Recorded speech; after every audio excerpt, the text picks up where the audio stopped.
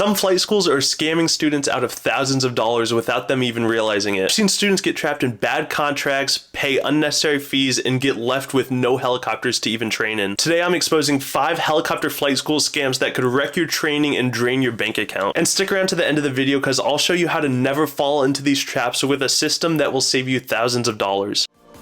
That's like autopilot, dude. How do you fly a helicopter? Well, I'm going to show you.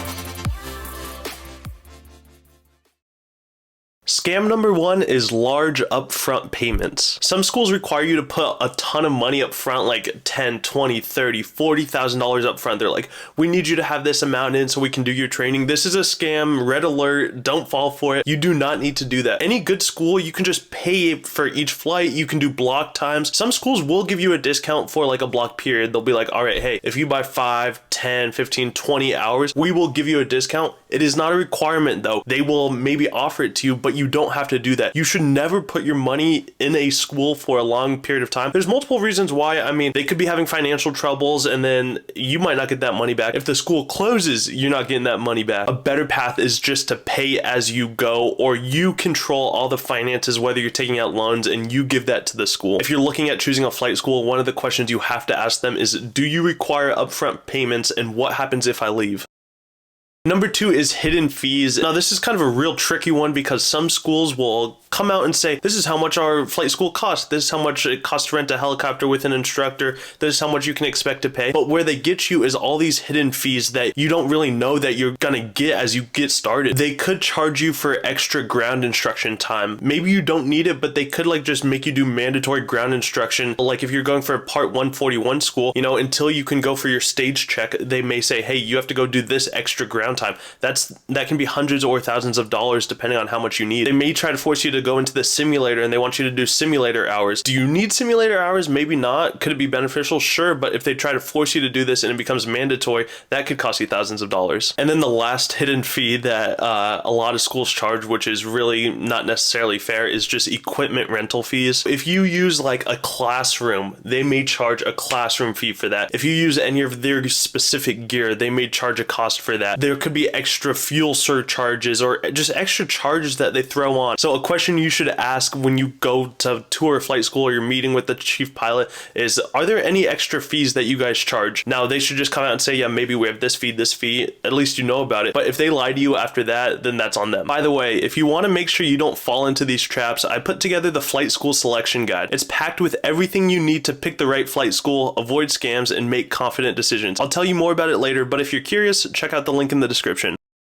Number 3 is poor aircraft availability, and this is a training killer. There are a couple huge parts about poor aircraft availability. There's 2 huge problems. If it's a busy flight school, and most flight schools are pretty busy because people want to become helicopter pilots because it's awesome. If it's really busy and they only have a few helicopters, it's going to be hard to make time on the schedule. People have been there for months and they've got a lot going on, and then you try to come into the school, you are not the priority. So you getting flight time is going to be pushed towards the back. The other thing here is if you only have a couple helicopters have a ton of moving parts, a ton of spinning parts, things that are hit and bang and move in, things break is what I'm trying to say. And if your helicopter breaks, let's say you have 3 helicopters and 1 goes down and then the other 2 are booked, well then that's really hard. If 2 go down, then it's really hard. And if all 3 go down, then your training time and delays are exponential. So the thing you need to know here is if you're looking at flight schools, go for a flight school that has at least 2 to 3 helicopters. 1 helicopter is a huge red flag. You could have a part that's down for a week and then all of the students are backed up. So 2 to 3 helicopters is kind of the minimum. The more, the merrier. A question you should ask the flight school is, how often are students delayed because of maintenance or aircraft availability? Number 4 is no job pipelines or career support. Now this one is really unfortunate because there are schools out there that say they can guarantee you a job when you complete training. Let me say this out right. There is no school that can guarantee you a job. There's so many variables. It's just not a thing. Some schools that say we'll hire you at the end. That may happen, but there's also a real good chance that they won't. Maybe they don't like you. Maybe they don't need instructors at that point. There's a lot of reasons why maybe they don't hire you. What you want to avoid in this position is getting to the end of flight school and just having no trajectory, having no path. Now, this is something the school can help you on, but in all honesty, this is your profession, this is your job, this is your life. So you're gonna have to go out and find those jobs, find those connections. It's not up to the school to set you up for this. You're gonna have to do it yourself. If you're looking for flight schools, a benefit of a larger flight school is maybe there's more opportunity for you to work as a CFI, and you want to ask if they hire their own CFIs internally. Most schools do, you just want to double check. And one thing to ask the flight school chief pilot or someone within the school is, what industry connections do you have? Some helicopter flight schools are kind of funnels into different career paths, whether it's they funnel into a tour company or they kind of funnel into multiple different schools. You know, if you've got a flight instructor factory school where they just make a bunch of flight instructors, they've got a bunch of different connections around the country where they could send you off and build connections. You want to ask your school if they have any connections into the real world, if they have pipelines to start pushing you out.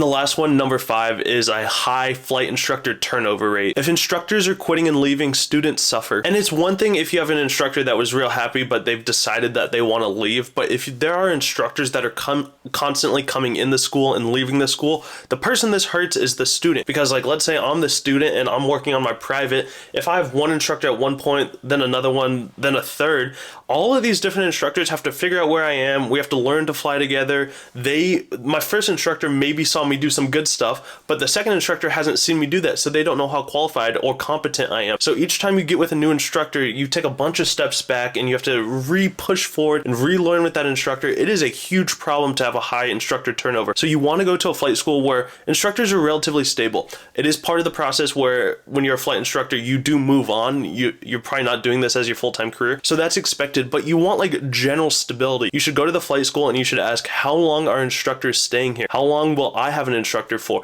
Who's the instructor you're going to put me with? Where are they at? So you're like, this is going to be your instructor. Are they pretty new to instructing? Because that's actually kind of a good thing, because that gives general stability and you're going to work with them for likely a long time. Listen, choosing the wrong flight school can cost you thousands of dollars, tens of thousands of dollars. It's something you absolutely don't want to do. You really only get one shot at it. Now you can move flight schools, but that is so expensive and so burdensome. You really want to choose the right one the first time. That's why I put together the Flight School Selection Guide. It is the exact framework that will help you pick the right flight school, avoid scams, and make confident decisions. It includes a step-by-step checklist of what to ask before you sign anything, a scoring system so you can compare flight schools side by side, and insider tips that will save you time and money. This guide will explain everything you need to know so that you know you are choosing the right flight school, nothing is hidden anymore, and you've got the full understanding of what you're getting yourself into. Click the link below to get that guide, and trust me, that guide will save you way more money than it costs. Now, if you enjoyed this video, check out this video here. It's about how to study in flight school, all of the tips and tricks that you need to know